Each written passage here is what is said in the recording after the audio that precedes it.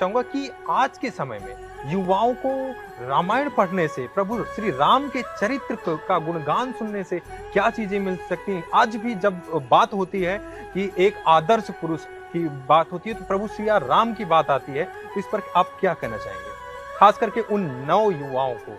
युवाओं के लिए रामायण में वैसे तो बहुत कुछ है। रामायण एक अनंत सागर है और सागर में अनेक हीरे मोती रहते हैं।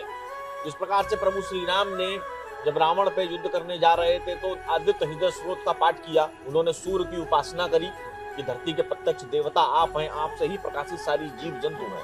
तो ज्योतिष में कहा जाता है कि उस पाठ को करने से व्यक्ति का सूर्य बलिष्ठ होता है, बलवान होता है, उसकी बुद्धि तीव्र होती है। इसी प्रकार जब वो महादेव का शिवलिंग उन्होंने स्थापित किया तो उन्होंने एक पाठ किया, नमामि समीसाम निर्वाण रूपम, और भगवान शंकर की पूरी स्तुति दे दी लोगों को पढ़ने के लिए।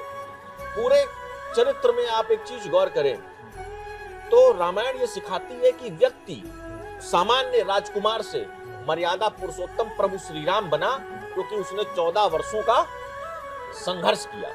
तो संघर्ष से ही एक आम इंसान, एक राजकुमार, एक राजा का पुत्र, वो प्रभु श्री राम बना।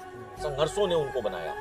रामायण ये सिखाती है कि रावण का वध करना, रावण को परास्त करना अगर उद्देश्य होता तो अयोध्या से भी सेना आ सकती थी, बुलाई जा सकती थी, परंतु उन्होंने मार्ग में मिलने वाले हर व्यक्ति को मदद ली, उसको अपनी टीम में जोड़ा।